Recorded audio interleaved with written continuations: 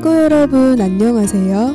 장자를 통해 한층 더 자유로운 삶을 꿈꾸는 아나운서 이지원입니다.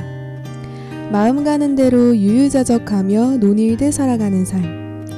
이 라디오의 이름이자 장자가 이야기하는 소요유를 지칭하는 말인데요.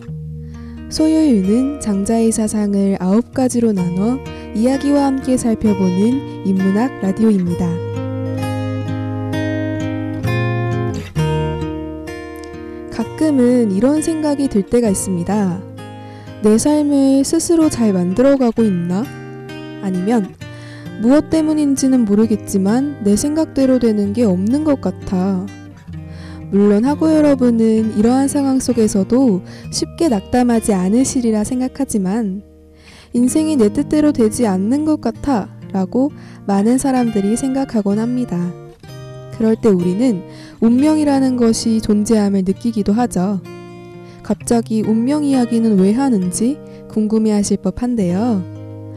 운명이라는 말은 본래 명에서 유래했고 장자는 명에 대해 이렇게 말했습니다.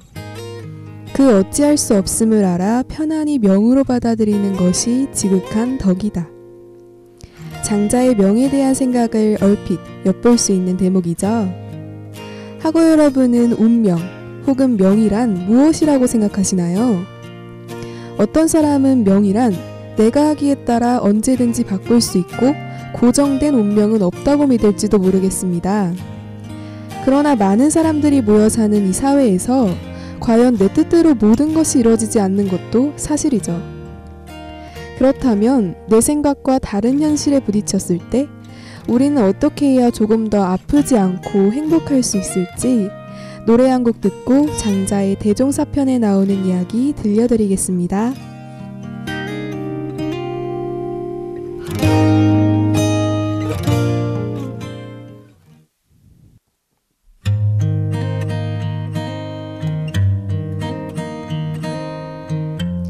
네, 학우 여러분 노래 잘 듣고 오셨나요?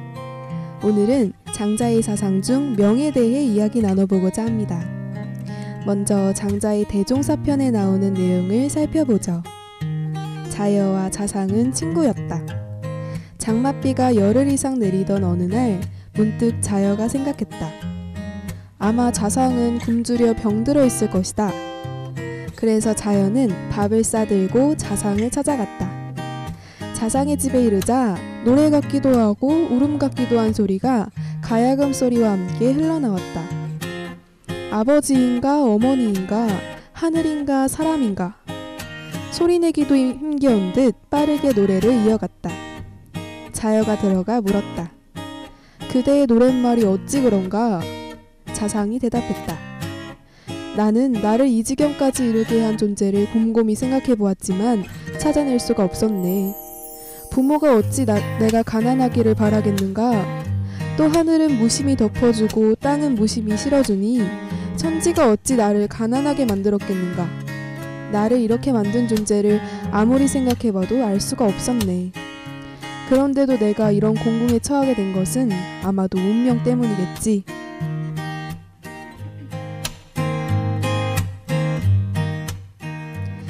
학우 여러분, 이 이야기가 어떤 이야기로 다가오시나요? 여기서 자상과 자여는 이름을 봤을 때 각각 누에를 치는 집과 수레를 끄는 집의 자식임을 알 수 있는데요. 이처럼 두 인물은 모두 하루 벌어 하루 먹고 사는 집의 자식이었기에 그나마 살만한 자여가 굶고 있을 자상을 찾아간 것입니다. 이 지점에서 핵심은 자여가 자상을 찾아갔을 때 자상은 자신이 공궁에 처하게 된 이유를 운명에서 찾는다는 점이죠.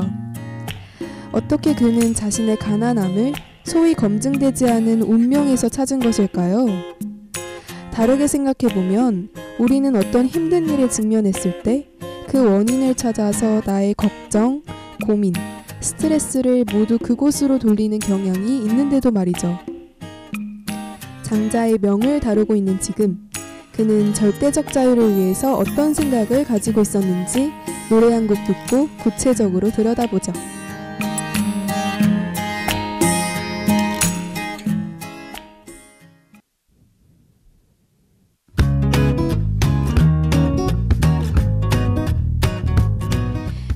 이번에는 앞서 소개해드린 이야기를 통해 장자가 하고 싶었던 말은 무엇인지, 이에 대해 어떻게 생각해 볼 수 있는지 이야기 나눠볼 텐데요.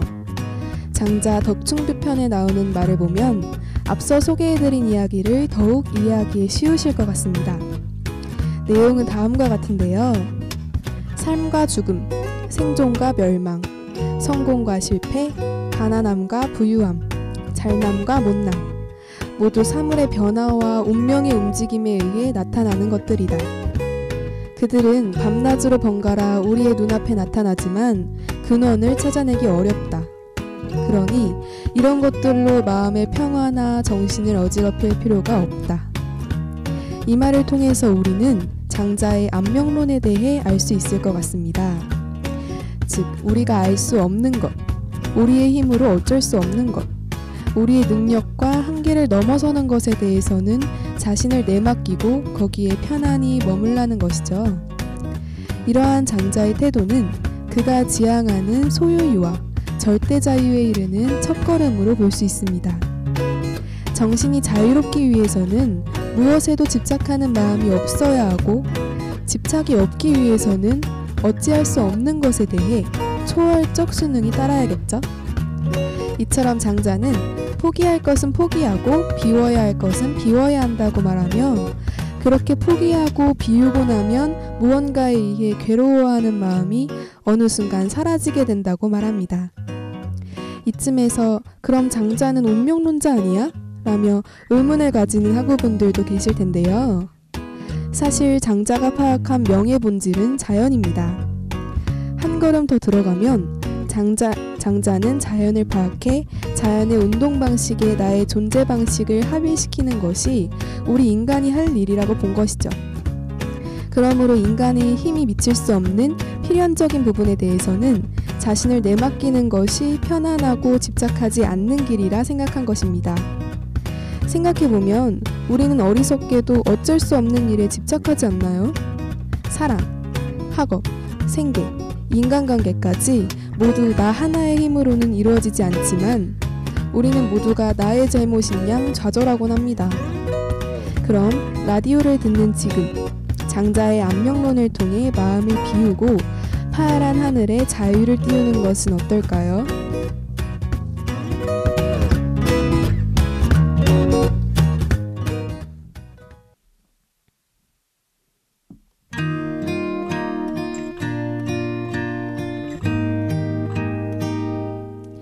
네, 마음 가는 대로 유유자적하며 논일대 살아가는 라디오 소요유. 오늘은 명에 대해 다뤄봤는데요. 우리는 나를 스치고 지나가는 모든 것에 걸려 넘어지듯 가끔씩은 왜 하필이면 나에게 이런 일이 벌어졌을까?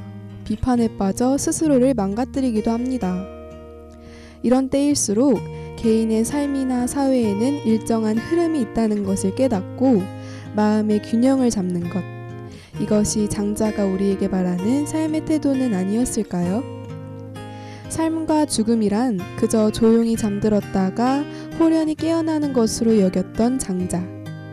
자연의 순리에 따라 편안히 때를 받아들이고 순리에 따른다면 슬픔과 즐거움이 끼어들 여지가 없다는 그의 말처럼 선선한 가을 날씨를 지붕삼아 편안한 하루 보내셨으면 좋겠습니다.